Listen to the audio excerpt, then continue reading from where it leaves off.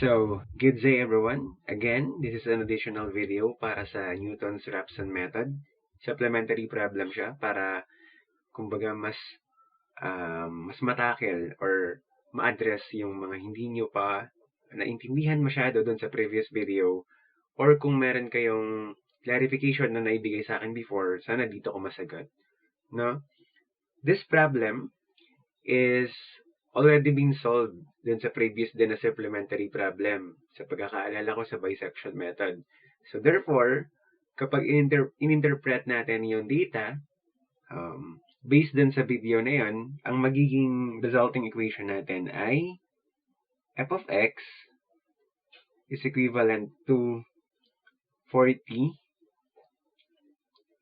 tangent ng theta minus 19.62 all over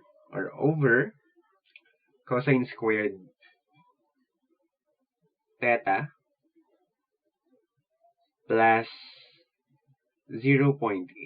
So yan yung naging kumbaga resulting equation after natin i-interpret itong mga variables sa equation na yan. So alam natin that equation is defining kung ano yung parabolic flight ng isang object na ibinato with a certain angle. So kung medyo nakalimutan nyo na, you may visit the bisection method supplementary problem video para ma-recall sa inyo kung paano na-define yung function na to. Ngayon, gagamitin ulit natin yung function na yan, but magkakaroon tayo ng kumbaga adjustment. So paano natin i-adjust? Especially ito, i-adjust natin to.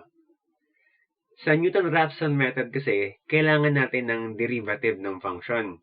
So, para mas madaling i-derivative itong trigonometric function na to, gagamitan natin siya ng trigonometric identity, of course. So, instead na cosine squared theta, kapag binisit ninyo yung libro ninyo, that is equals to 1/2.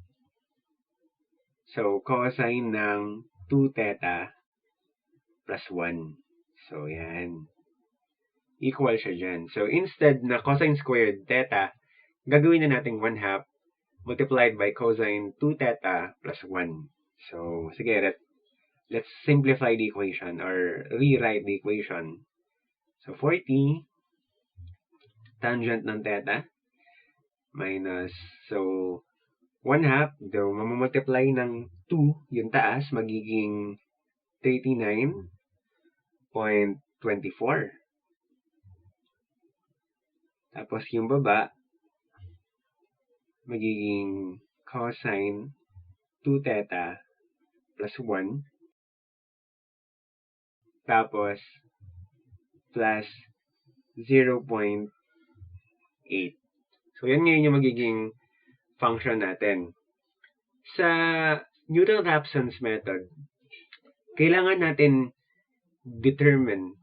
makuha yung first derivative ng function. So, therefore, kailangan kong kunin si f prime of x. So, f prime of x is equivalent to 40. Ang derivative ng tangent theta is secant squared. So, secant squared theta minus ng 39. Yan. So, ito pala, pagdating pala sa quotient, so meron tayong tinatawag na quotient rule, di ba? Pagdating sa derivative. So, paano yun? Una, kokopyahin mo muna yung term ng denominator, ilalagay mo sa first term ng numerator. So, ang first term natin ay kopyahin ang denominator. Cosine 2 theta plus 1. Tapos, imumultiply mo daw yan dun sa derivative ng numerator. Ano nga ba ang derivative ng numerator? Of course, 0 dahil siya ay constant. Minus yung second term natin, kopyahin mo naman daw yung numerator. And then, multiplied mo sa derivative ng denominator. So, kapag derivative natin yung denominator, that is, ang derivative ng cosine 2 theta is magiging sine. But before maging sine, i-derivative mo muna yung nasa loob. Itong part na to. So, i-highlight ko. diderivative mo muna yung part na yan. So, kapag dinerivative mo yan, that is 2. Bakit ka mo? Kasi 2 theta with respect to, or derivative of 2 theta with respect to derivative of theta, which is makakancel yung theta itself. Parang derivative of x with respect to x. So, ganun lang. Kaya, hindi na siya makikarry. So, magkikaroon tayo ng 2 and then negative sign ng 2 theta. So, yan na yung ating derivative ng denominator. Siyempre, plus 1, dahil nga yan ay constant, 0 na rin yun. So, kukopyahin mo, and then, or i-divide natin siya sa numerator, pero this as a denominator, rather. But this time, yung denominator natin, i-square natin. So, we have cosine ng 2 theta plus 1, tapos yung buong denominator na yan, i-squared natin sila. So, squared. So, ganyan yung mangyayari. Of course, plus derivative ng 0.8 ay 0. Dahil nga siya ay constant. So, wala siyang tinatawag na rate of change. So, kapag sinimplify natin lahat ito, we have 40 all over, since sa calculator, wala naman, or most of the calculator, wala naman silang second function, i-convert ko na lang yung second function natin into cosine function. So, since alam naman natin that yung cosine at secant is, kumbaga, reciprocal lang sila ng isa't isa. So, instead na nasa numerator, magiging denominator tuloy siya ngayon. So, cosine squared theta. Minus, tapos multiplied ng dalawang negative. So, minus, negative, negative. Kaya magre-remain tayo sa minus. Kaya matitira na negative pa rin siya. So, we have 78.48. Then, multiplied ng sine 2 theta. So, divided by cosine ng 2 theta plus 1. And then, squared natin sila parehas. Ngayon, na meron na tayong dalawang relevant or, kumbaga, important equation. So, yung unang equation is kung ano yung f of x. So, ito yun. At kung ano naman yung f prime of x, ito naman yan. So, we can now start the solution. So, let me just write this area as the number of iteration. And then, x sub n. So, since ang first iteration natin ay yung pagbibigay ng initial, hindi ko siya ka-count as number of iteration, kaya remain ko lang siya as dash line. Tapos, ang initial guess na gagamitin ko ay 0.1 at ang unit niyan ay radian. Remember, kung babalikan nyo yung bisection method video, yung supplementary problem, sinabi ko doon na sa particular equation na ito, you can use both radian as well as degree. So, parehas lang dapat yung output na kalalabasan nila. Bakit kamo? Dahil yung ating variable, yung theta, nasa loob siya ng mga trigonometric function. Kaya, both of them can be used to determine kung ano yung theta na hinahanap, at we can assure na iisang value lang din ang kakalabasan kapag kinonvert natin sila sa isa't isa. So, hindi lang magiging applicable ang degrees kapag meron nga tayong term, for example, ito, dagdagan ko siya, kung saan yung term na dinagdag ko, hindi siya nasa loob or hindi siya napapaloob sa isang trigonometric function. So, dahil doon, hindi pwedeng gamitin yung degrees. Kailangan mong mag-focus lang sa tinatawag na region. So, yun yung point natin. So, this time, dahil wala naman tayong ganun, wala naman tayong ganung uri ng variable, yung previous nga na solution, ginawa ko, degrees yung ginamit ko. So, this time naman, para mapatunayan sa inyo, na parehas lang yung kakalabasan nila, region naman yung gagamitin ko. So, ang initial natin ngayon ay region. So, after mo magbigay ng initial, pwede mo na ngayon ilagay agad dun sa function. So, we have f of 0.1 is equivalent to 40 multiplied by tangent ng 0.1. Dahil nga naka-region yung initial guess na binigay ko, dapat yung mode ng calculator ninyo dapat naka-region mode din para tama yung input sa trigonometric function. So, minus 39.24 over cosine 2, 0.1, and then plus 1, and then plus 0.8. So, once na i-punch mo yan sa calculator, lalabas na ang sagot ay negative 15.00412. So, remember, 5 decimal lang ang gagamitin sa solution. So, next move natin is to determine the f prime. So, f prime of 0.1 is equivalent to 40 over cosine squared ng 0.1 minus 78.48 multiplied by sine 2, 0.1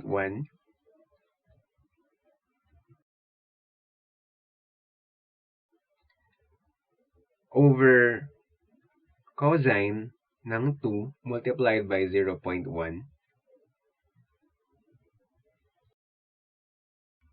plus 1 and then naka-square. So, once na i-punch natin sa calculator, lalabas na yan ay 36.42591.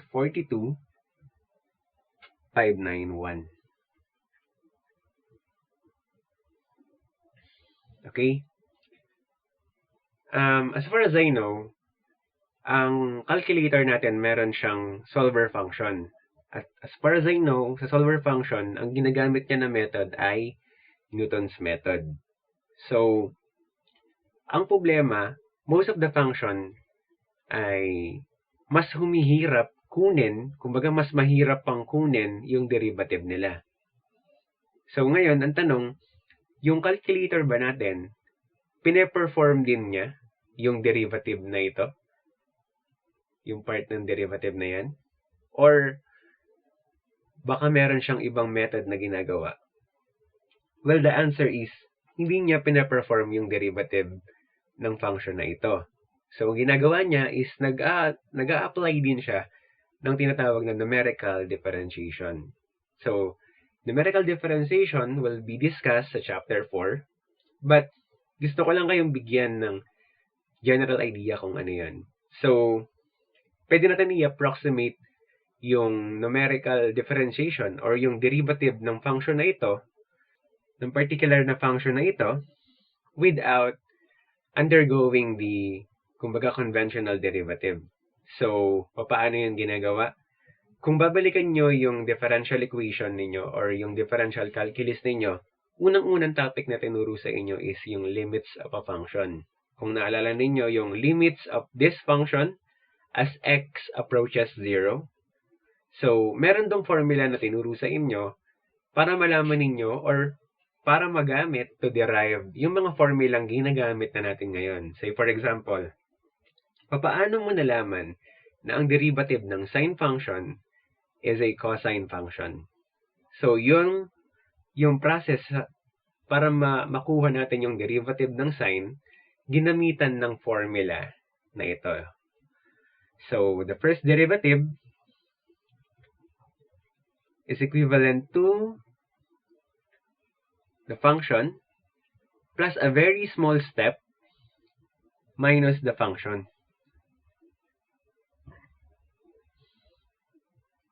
Over h.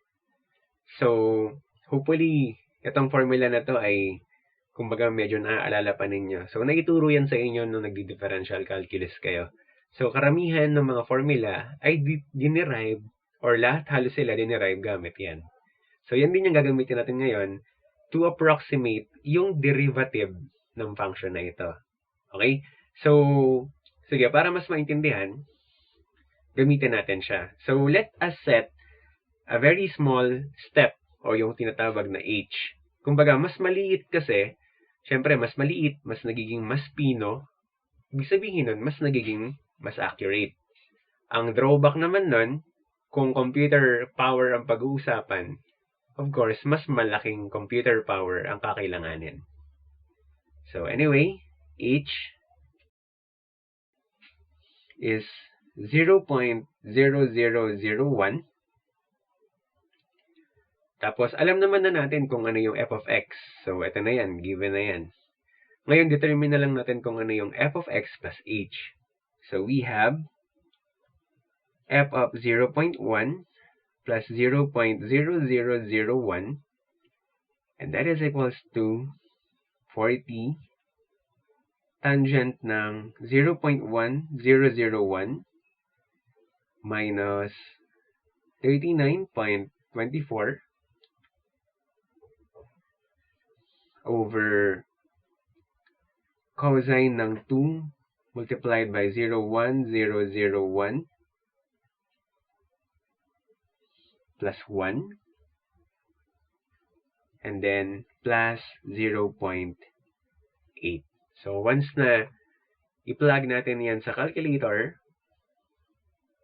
so lalabas na yan ay negative 15.00048.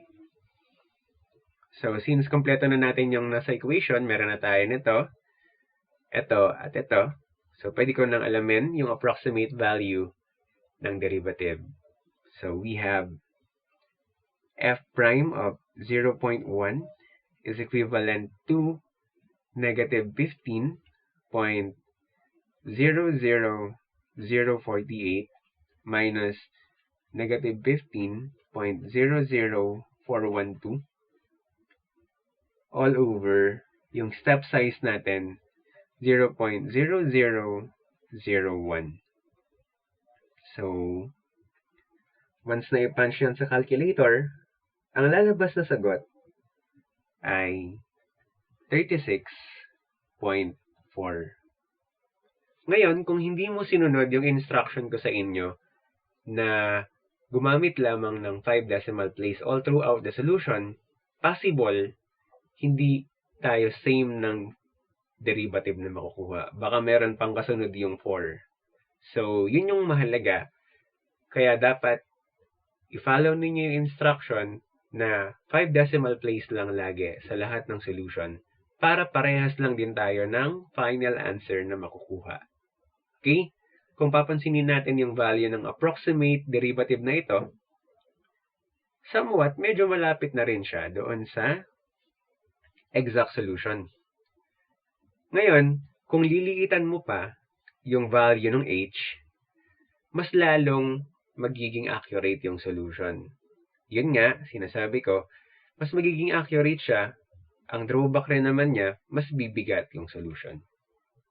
So, again, this topic will be discussed sa chapter 4. Kaya, siguro, doon na lang natin yan mas i-discuss ng mas detalyado. So, eto. Makikita nyo pa yan sa chapter 4. But for now, since meron tayong first or f of x at meron na rin tayong f prime of x, so we can now use the Newton-Raphson method to determine the refined value. Okay? So we have the refined value f sub n plus 1 is equivalent to the previous value 0.1 minus yung ano natin, f of x, negative 15.00412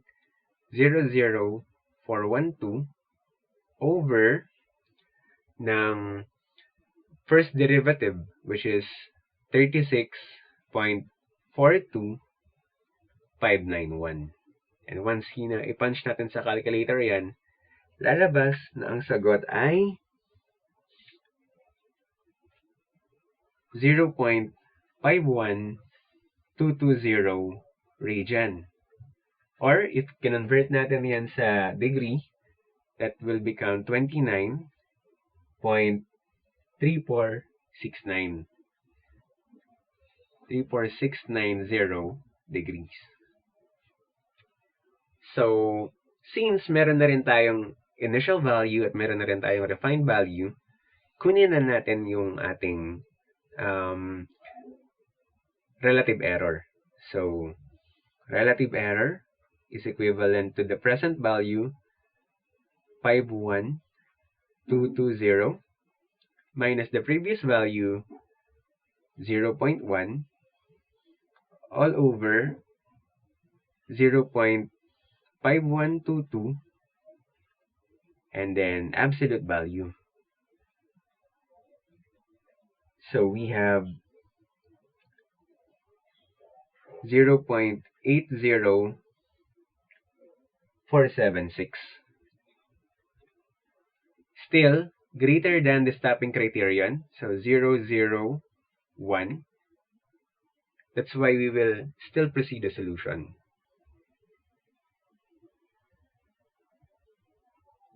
So for our first iteration, ang magiging refined value na natin ay 0.52 or 5122.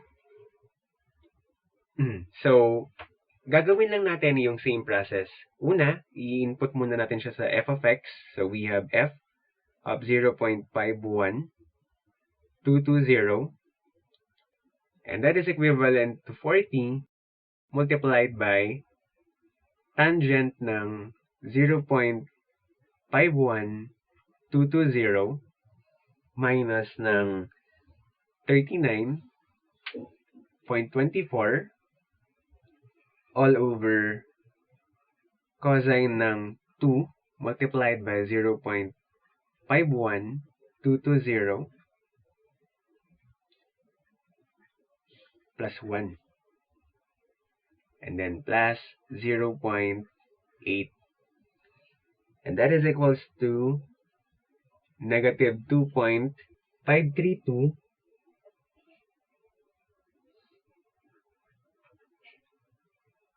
36. Immediately, kunin na natin yung f prime.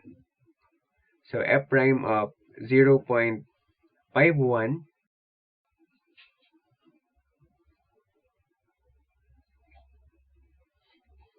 220 is equivalent to 40 over cosine squared ng 0.51220 minus ng 78.48 multiplied ng sine tapos 2 and then 0.5122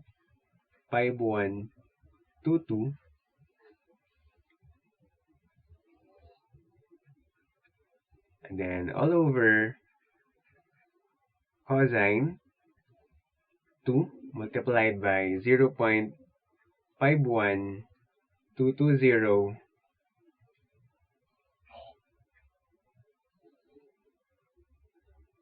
plus 1 and squared.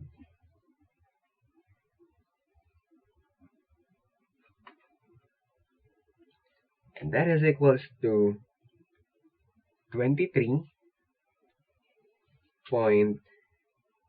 60772. So this time, hindi ko na kukunin yung approximate derivative. So diniscuss ko lang yan before para magkaroon kayo ng idea kung paano yung calculator ay sinosolve yung ating mga ini-input na equation sa kanya. So didiretso na ako sa pagkuha ng refined value. So we have x sub n plus 1 is equivalent to the previous value, 5122, minus ng negative 2.53236 over 23.60772. And that is equals to 0.61950. Region. And once na i-convert natin siya into degree, lalabas na 35.49474 degrees. Again, for the last process, kunin natin kung ano yung relative error. So, epsilon sub n is equals to the present refined value, 0.6195, minus the previous 51220, all over the present, 0.61950, absolute value, and that is equals to 0.17320. So still greater than 0.001. So we will still proceed the solution.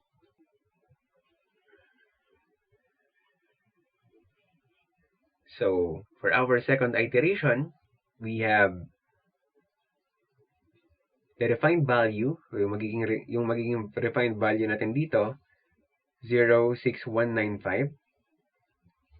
But this time, hindi ko na i-perform yung computation. So I guess na nakuha na ninyo yung pattern, no? Kasi ganoon lang din naman ulit yung gagawin ko. So kukunin ko lang ulit sa f of x, kukunin ko lang ulit yung f prime, tapos yung refined value, and then yung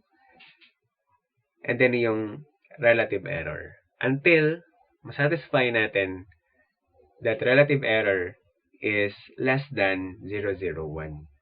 So, ngayon, papakita ko na lang sa inyo kung ano yung magiging solution using MS Excel until magkaroon ng convergence. So, particularly, ito yung naging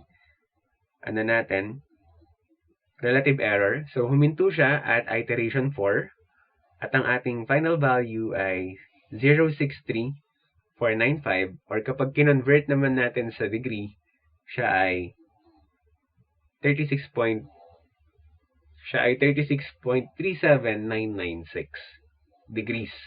So, quite near dun sa nakuha natin sa bisection method. Pero, kung mapapansin ninyo, mas maikli yung iteration. Yan yung reason kung bakit ito yung ginagamit ng calculator. Kasi mas mabilis yung convergence niya compared sa ibang mga iterative process na kumukuha ng roots. So, hopefully, nasagot ko na yung mga clarification ninyo o yung mga hanging question ninyo dun sa previous video ng Newton-Raphson method. So, ang ganda na lang. So, keep safe everyone.